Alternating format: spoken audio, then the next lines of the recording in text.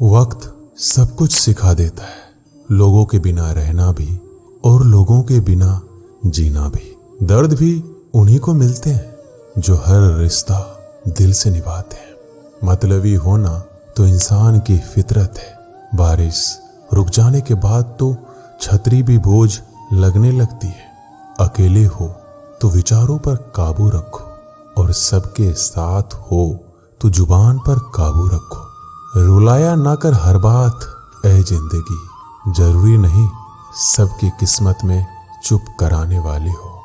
आप कितने भी अच्छे इंसान क्यों ना हो, आप हमेशा किसी की कहानी में बुरे जरूर होते हैं। वक्त भी हैरान है, इतनी जल्दी तो मैं भी नहीं बदलता जितनी जल्दी हम लोग बदलते हैं।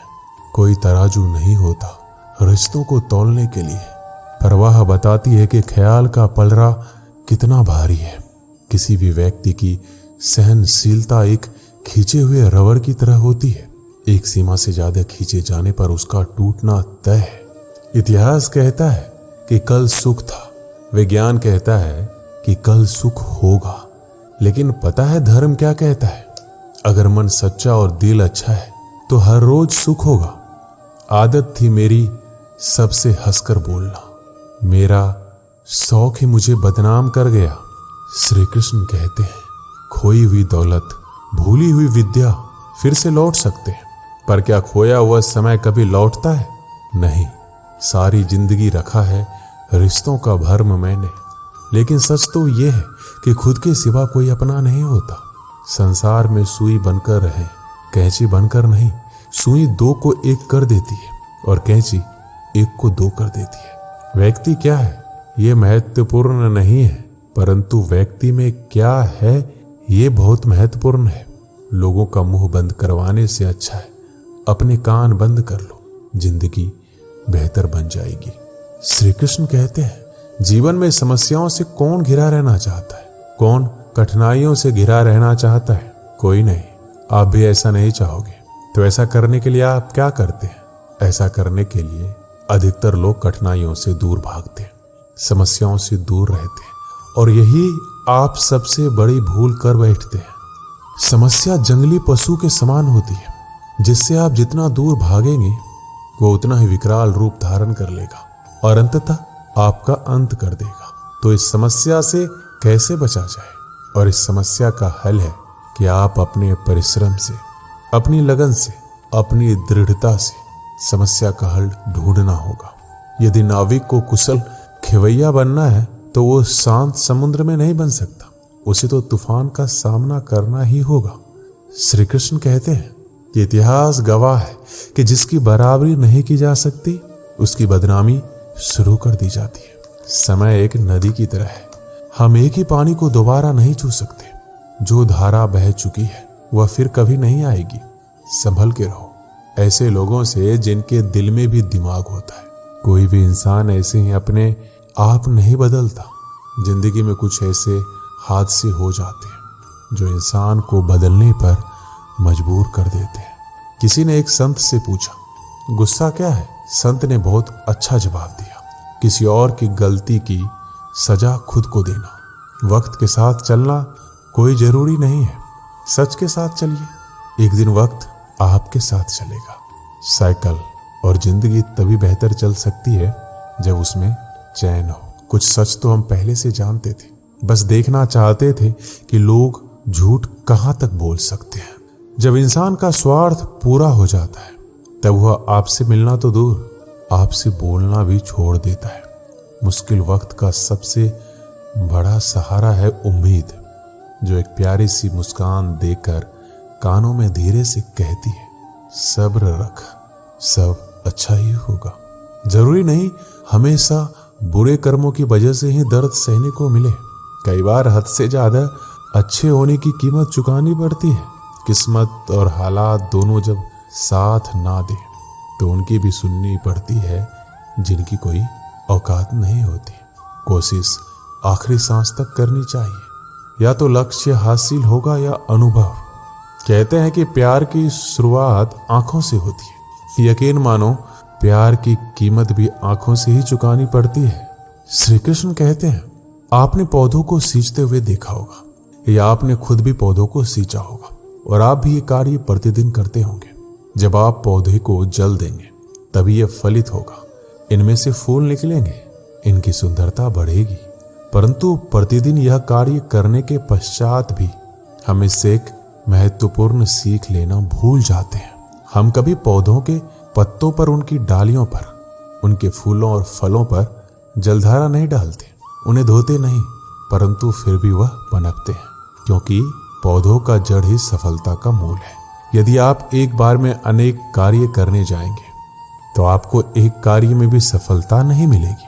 परंतु यदि आप बुद्धिमता से, दृढ़ मन से एक कार्य साधेंगे तो एकाएक स्वतः ही सारे कार्य सफल हो जाएंगे, जो आपका मूल है, जहां से आपको सिंचाई मिल रही है। यदि आपने उसी जड़ को छोड़ दिया तो एक सूखे पौधे की भांति आप भी सूख कर गिर जाएंगे और अपना अस्तित्व खो बैठेंगे। श्री कृष्ण कहते हैं, अच्छे लोग हमेशा साथ रहते हैं, दिल में भी, शब्दों में भी, दुआओं में भी। किसी के बारे में सब कुछ जान लेना उसे फिर से अजनबी बना देता है। पछतावा ना कीजिए, क्योंकि बीता हुआ समय अच्छा था तो वह यादगार है, और यदि बीता हुआ समय खराब था तो एक अनुभव है। परिस्थितियां हमारे लिए समस्या नहीं बनती, समस्या तो तब बनती है जब हमें परिस्थितियों से निपटना नहीं आता है। पता नहीं लोग दूसरों को उदास करके खुद कैसे खुश रह लेते हैं। रिश्ता चाहे कितना भी क्यों ना बिगड़ा हो, अगर सुधारना चाहो तो सब कुछ सही हो सकता है। रुलाते तो सभी हैं, लेकिन अगर कोई तुम्हारे लिए खुद रो पड़े तो उसे कभी खुद से दूर मत होने देना। इंसान कब बदल जाता है पता ही नहीं चलता, और हम ये सोचते रह जाते हैं कि आखिर हमने गलती कहाँ की है। जिंदगी में 3 लोगों को कभी मत भूलना। एक तो वो जो मुसीबत में साथ देते हैं, एक वो जो मुसीबत में साथ छोड़ देते हैं, और एक वो जो मुसीबत में आपको डालते हैं। जब लोग आपकी बुराई करें तो बिल्कुल परेशान ना हो। वास्तव में वे लोग आपको महत्व देने का कोई रास्ता जानते ही नहीं है। श्री कृष्ण कहते हैं, जीवन में सभी केवल सफल होना चाहते हैं, केवल विजय चाहते हैं। कोई भी पराजित नहीं होना चाहता, कोई भी असफल नहीं होना चाहता, कोई भी नहीं चाहता कि उसके प्रयास व्यर्थ जाए। यदि एक दृष्टिकोण से देखा जाए तो ये उचित भी है, परंतु असफलता में भी एक अच्छी बात छुपी होती है। मैं बताता हूं, सफलता आपका परिचय संसार को देती है। विजय के पश्चात संसार आपको जानने लगता है, और असफलता आपका परिचय संसार से करवाती है। पराजय के पश्चात आप अपने जीवन को जानने लगते हैं। इसलिए सफलता और असफलता से घबराए नहीं। यदि आपकी सोच सकारात्मक रहेगी तो यही सफलता, यही पराजय आपको और अधिक शक्तिशाली बनाकर प्रस्तुत करेगी और जीवन में विजयी बनाएगी। श्री कृष्ण कहते हैं, तारीफ एक ऐसा चंदन है जिससे दूसरों को लगाएं तो आपके हाथ अपने आप महकेंगे। समझने वाले तो खामोशी भी समझ लेते हैं, और ना समझने वाले तो जज्बातों का भी मजाक बना देते हैं। जो आपकी खुशी में अपना दर्द भूल जाए, उस इंसान से ज्यादा आपको कोई प्यार नहीं कर सकता। ये जिंदगी तमन्नाओं का गुलदस्ता ही तो है। कुछ महकती है, कुछ मुरझाती है, कुछ चुप जाती है। खुद को अच्छा बना लीजिए, दुनिया से एक बुरा इंसान कम हो जाएगा। भरोसा सब पे करो, लेकिन सावधानी के साथ, क्योंकि कभी कभी खुद के दांत ही जीव को काट लेते हैं। जिंदगी की रफ्तार बहुत तेज है। सुबह का दुख शाम को पुराना हो जाता है। कोई भी व्यक्ति इस संसार में हमारा दोस्त या दुश्मन बनकर नहीं आता है। हमारा व्यवहार ही लोगों को दोस्त और दुश्मन बनाता है। सबसे मुश्किल रास्ता वह है जिस पर आपको हमेशा अकेला चलना पड़ता है, और असल में वही रास्ता जिंदगी में आपको मजबूत बनाता है। बड़ों का दिया हुआ आशीर्वाद और अपनों की दी हुई शुभकामनाओं का कोई रंग नहीं होता, लेकिन जब ये रंग लाते हैं तो जीवन में रंग भर जाते हैं। श्री कृष्ण कहते हैं, कभी कभी हमें लगता है हमारे अपने, हमारे हितैषी, हमारे माता पिता को हमारे मन की बात ही नहीं समझ आ रही है, जैसे उन्हें हमारे हर कार्य, हर निर्णय में खोट दिखाई दे रहा है, और ऐसे में हम विद्रोह कर बैठते हैं। ऐसी अवस्था में हमें वही अच्छा लगने लगता है जो हमारे मन की बातों का समर्थन करे। हम उसे ही अपना हितैषी समझ लेते हैं, परंतु जो आपसे मीठी बातें कर रहा हो वो आपका हितैषी है, यह आवश्यक नहीं है। कुछ विषैले फूल बड़े सुंदर दिखते हैं, कुछ विषैले फल असाधारण रूप से बड़े स्वादिष्ट होते हैं, और ये भी आवश्यक नहीं कि हमारे रोगों का निदान करने वाली औषधि सदी मीठी हो। इसलिए विष और औषधि में अंतर को परखने का प्रयास करें। हो सकता है जो आपके हित की बात कर रहा हो वो आपको संकट के गर्त में ले जा रहा हो। श्री कृष्ण कहते हैं कि बात बात पर आवेश में ना आए। हो सकता है कि आपके माता पिता की कड़वी बातों में आपका हित छिपा हो, और माता पिता को भी प्रयास करना चाहिए यदि उनकी संतान अनुचित निर्णय ले रही है तो उसके अनुचित होने का भान प्रेम से समझाना है, दबाव और शासन से नहीं, क्योंकि कभी कभी कटु शब्द और कटु वचन अनुचित निर्णय को और पक्का कर देता है। श्री कृष्ण कहते हैं पानी समंदर में हो या आंखों में, गहराई दोनों में होते हैं। खुशी के लिए काम करोगे तो खुशी नहीं मिलेगी, मगर खुश होकर काम करोगे तो खुशी जरूर मिलेगी। कुछ रिश्ते बस निभाने के होते हैं और कुछ जताने के लिए। खुशियों का कोई रास्ता नहीं है, खुश रहना ही रास्ता है। अपना वजूद ऐसे बनाओ कि कोई आपको छोड़े तो आपको कभी भुला ना सके। हमारी समस्या का समाधान केवल हमारे पास है, दूसरों के पास क्या है? दूसरों के पास तो केवल सुझाव है। जीवन में प्रयास सदैव कीजिए। लक्ष्य या अनुभव दोनों ही अमूल्य है। अहंकार की बीमारी शराब जैसी होती है, खुद को छोड़कर सबको पता चलता है कि इसको चढ़ गई है। बस सिर्फ हंसते रहो, दुनिया वाले सोचते ही रहेंगे कि इसको कौन सा सुख मिल गया है। सफलता की पोशाक कभी तैयार नहीं मिलती है, इसे बनाने के लिए क्या जरूरी है?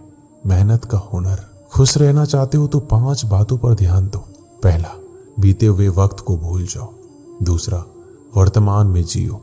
तीसरा, भविष्य की चिंता ना करो। चौथा, खुद की तुलना दूसरों से करना बंद कर दो। और 5वां, अपने काम को टालना बंद करो। ये आवश्यक है। श्री कृष्ण कहते हैं हम सभी बचपन से ये सुनते आए हैं कि अच्छे मित्र हमारे जीवन को पूर्णतः परिवर्तित कर सकते हैं, परंतु कौन? जिनसे आप प्रश्न पूछें और वो मित्र बिना किसी पक्षपात के, भय रहित होकर, बिना किसी लालच के आपको उचित उत्तर दे। परंतु सबके समक्ष ये समस्या आ जाती है कि आज के समय में ऐसे मित्र मिलना दुर्लभ है। वो तो होते ही नहीं। परंतु आपको मैं एक बात बताता हूँ, हम सबके पास भी एक ऐसा मित्र होता है, बस हम उसे पहचान ही नहीं पाते। वो है दर्पण। दर्पण के समक्ष खड़े होकर आप स्वयं से पूछिए कि यदि आज आपका अंतिम दिन होता तो क्या आप वही करते जो आप कर रहे थे? आपको उत्तर मिले या ना मिले, परंतु आपकी दिशा अवश्य बदले। इसलिए आपसे अतिरिक्त आपका सबसे घनिष्ठ मित्र, सबसे अच्छा मित्र कोई नहीं है। श्री कृष्ण कहते हैं सब कुछ सहन करना भी चाहिए, क्योंकि हम में भी ऐसी बहुत सी कमियां हैं जिन्हें दूसरे सहन करते हैं। अज्ञानी व्यक्ति गलती छुपाकर बड़ा बनता है और ज्ञानी व्यक्ति गलती मिटाकर बड़ा बनता है। ये मौत भी बड़ी अजीब चीज है। एक दिन मरने के लिए पूरी जिंदगी जीना पड़ता है। किस्मत हमारे हाथ में नहीं, पर फैसले तो हमारे हाथ में है। किस्मत हमारे फैसलों को नहीं बदल सकती, पर फैसले हमारी किस्मत बदल सकती है। हर चीज अपने वक्त पर। बस एक प्यार है जो कभी बूढ़ा नहीं होता। जीवन में ज्यादा रिश्ते होना जरूरी नहीं है, जो रिश्ते हैं उनमें जीवन होना जरूरी है। सच के लिए लड़ने का हुनर सीख लो, क्योंकि कुछ सांपों के डर से शेर जंगल छोड़कर नहीं जाते। ये जिंदगी है, यहाँ पीठ पीछे छुरा मारने वालों को निर्दोष और भरोसा करने वालों को दोषी मानते हैं। श्री कृष्ण कहते हैं हम सब शीघ्र ही सफलता चाहते हैं, ढेर सारी संपत्ति और सुख चाहते हैं। ऐसे में हम कई बार छोटे मार्गों को चयन कर लेते हैं, वो मार्ग जिनमें परिश्रम नहीं होता, जिनमें होता है तो केवल छल, कुटिलता और भाग्य का सहारा। जैसे कि जुआ। कोई जुए के खेल में धन लगाता है, कोई दांव लगाता है और ये भूल जाता है कि जुआ एक ऐसा दलदल है जिसमें एक बार गिरो तो सर्वनाश से पहले निकलना असंभव है। यदि आप जीतते हैं तो जीतने की भूख बढ़ जाएगी। यदि आप कुछ हार बैठे तो उसे पुनः पाने के लिए आप फिर से खेलेंगे। मनुष्य को यह आभास ही नहीं होता कि अपनी संपत्ति के साथ वो अपनी मानवता, अपने संस्कार, अपने धर्म और अपना उत्तरदायित्व सभी जुए की भेंट चढ़ा देता है। इसलिए कुछ पाना है तो परिश्रम से पाओ। अगर कुछ जुए में जीता भी तो वो उतना ही शीघ्र खो दोगे, क्योंकि उसे परिश्रम से नहीं पाया गया है और उसकी रक्षा करने के लिए आपके मन में स्वाभाविक प्रयास भी नहीं होंगे। एक गांव में एक आलसी आदमी रहता था। वह कुछ काम धाम नहीं करता था, बस दिन भर निठल्ला बैठकर सोचता रहता कि किस तरह कुछ खाने को मिल जाए। एक दिन वह यूं ही घूमते घूमते आम के एक बाग में पहुंच गया। वहां रसीले आमों से लदे कई पेड़ थे। रसीले आम देख उसके मुंह में पानी आ गया और आम तोड़ने वह एक पेड़ पर चढ़ गया। लेकिन जैसे ही वह पेड़ पर चढ़ा, बाग का मालिक वहां पहुंचा। बाग के मालिक को देख आलसी आदमी डर गया और जैसे तैसे पेड़ से उतरकर वहां से भाग खड़ा हुआ।